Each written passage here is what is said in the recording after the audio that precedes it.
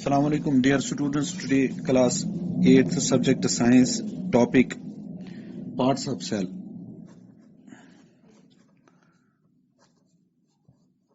Cell अब मैंने इस सेल का थोड़ा सा स्ट्रक्चर बनाया है यहाँ, तो इसको देखकर फिर इनको थोड़ा सा डिस्कस करते हैं। ये जो यहाँ पर इसको ये है सेल वॉल, ये एक पार्ट है, सेक्शन ऑफ द सेल। तो ये जो यहाँ पर है ये है साइटोप्लाज्म। तो ये चीज है क्लोरोप्लास्ट। तो इसमें होता है क्लोरोफिल जो फूड सिंथेसिस यानी फूड प्रोड्यूस करने में मदद करता है प्लांट सेल को। तो ये सेक्शन है इसका, ये है सेल वॉल, ये सेक्शन। तो ये सेल के इर्द गिर्द इसका सेल वॉल है। तो इसको मैंने लिखा है थिक फर्म प्रोटेक्टिव लेयर। तो ये चीज जो यहां पर बना हुआ है ये है न्यूक्लियस ऑफ द सेल। ये है न्यूक्लियस ऑफ द सेल। तो ये जो बाकी यहां पर ये पोर्शन है, तो ये है लार्ज परमेबल वैक्यूल,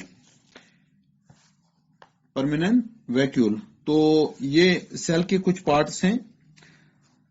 जैसे मैंने कल आपको बताया कि सेल बेसिक यूनिट है लाइफ का, चाहे वो प्लांट लाइफ हो या वो एनिमल लाइफ हो, चाहे वो सिंगल सेलड ऑर्गेनिज्म हो, चाहे वो बड़े ऑर्गेनिज्म हो, मल्टी सेल्यूलर ऑर्गेनिज्म हो या यूनिसेल्यूलर ऑर्गेनिज्म हो। तो बेसिक इसकी बुनियाद जो है, जो छोटा सा चीज जिसे ये बनता है, वो चीज है सेल। तो इन्हीं सेलों की वजह से, यानी जैसे हमने देखा एमोबा जो है, तो उसमें एक ही सेल है, वो यूनिसेल्यूलर है। तो इस तरीके से बड़े बड़े जो ऑर्गेनिज्म हैं वो मल्टी सेल्यूलर हैं, उसमें मिलियंस और बिलियंस ऑफ द सेल्स होती हैं। All the life function takes place in every cell, यानी जो भी सेल होती हैं प्लांट की लाइफ में या एनिमल की लाइफ में, हर एक फंक्शन इसमें होती है। A cell itself is made up of certain parts. Plant and animal cells are not exactly alike. ये एक जैसी नहीं है, इनमें थोड़ी सी फर्क है, मगर जब हम इनको देखते हैं तो फिर हमें पता चलता है कि ये अलग अलग हैं, ये सेल दो। अब अगर हम दूसरी सेल को लेंगे तो उसका स्ट्रक्चर अगर हम बनाने की कोशिश करेंगे तो वो तकरीबन ऐसा होगा, ऐसा स्ट्रक्चर दूसरी सेल का। तो इसको हम ऐसे बना सकते हैं। तो उसके बाद यहां से ऐसे, तो इसके अंदर से यहां पर ये होते हैं।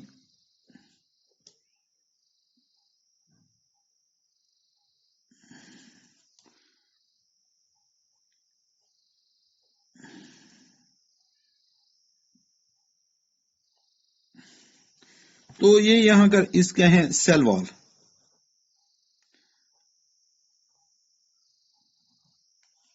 ये है सेल मेम्ब्रेन।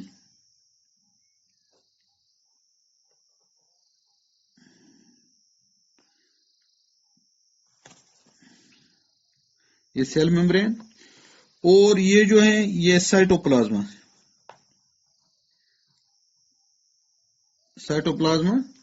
तो ये जो है ये अंदर वाला पोर्शन ये है वैक्यूल। तो ये जो मैंने यहां पर बनाया ये स्ट्रक्चर जैसा, ये हो गया न्यूक्लियस।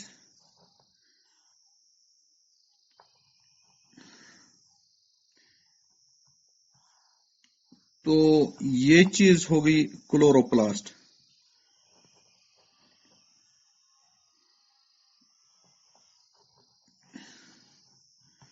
तो इस तरीके से ये सेल होती हैं। तो इसमें सेक्शंस भी होते हैं। इस सेल में कैसे होती है ये सेल, तकरीबन अगर हम इनके वो सेक्शन बनाएं तो इस तरीके से सेलें आपस में जुड़ी हुई होती है। तो ये दूसरा सेक्शन ऐसे हो सकता है, तो ऐसे ऐसे ऐसे ऐसे, तो ऐसे ऐसे ये सेल आपस में जुड़ी हुई होती हैं। तो इन सेल्स का ये तो इस तरीके से हम सेल को देख सकते हैं। तो हर एक जो प्लांट सेल और एनिमल सेल है एक जैसी नहीं है, मगर कुछ चीजें इनमें एक जैसी होती हैं। तो इस तरीके से हम all plant cells and animal cells have three cell parts: the cell membrane, cytoplasma and nucleus. Cytoplasma, nucleus और cell membrane. Cytoplasma, nucleus और cell membrane ये एक जैसे होते हैं। तो अगर हम सेल स्ट्रक्चर को अब थोड़ा सा डिस्कस करेंगे, the cytoplasm surrounded by the cell membrane and enclosed the nucleus together constitutes the protoplasm. First plasma होता है लिक्विड, प्रोटोप्लाज्मा। तो इस तरीके से ये लिक्विड प्लाज्मा जिससे ये सेल प्रोटेक्ट रहती है, तो जिससे ये सेल यानी किसी नुकसान के बगैर अपना काम कर सकती हैं। फिर है protoplasm in other words include the cell membrane and cytoplasm and the nucleus. 99% of the protoplasma by weight is made up of 4 elements, namely carbon, यह इन चीजों का बना हुआ है: कार्बन, हाइड्रोजन, नाइट्रोजन और ऑक्सीजन का। इन 4 चीजों का ज्यादातर ये बना हुआ होता है।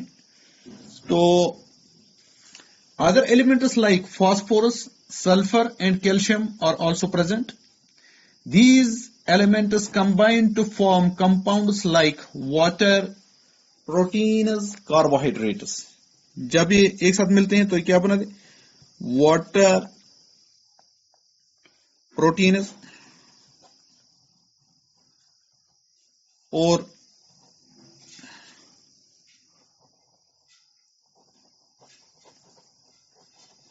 ये चीजें ये बनाते हैं, ये और फैट्स भी।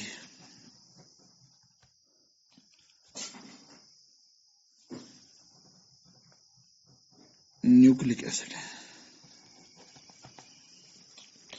The living nature of the protoplasma is provided to it by these compounds: cell membrane, plasma membrane.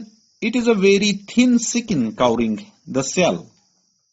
The plasma membrane performs following functions. अब मैं प्लाज्मा मेम्ब्रेन के बारे में थोड़ा सी एक फंक्शन उसके बताऊंगा। It protects the cell. जो ये प्लाज्मा मेम्ब्रेन है ये प्रोटेक्ट करता है इस सेल को, और it provides shape to the cell, ये इसकी शेप देता है, यानी किस शेप की सेल हुई होगी तो ये वो शेप देता है। It allows the materials to enter and leave the cell through the tiny holes.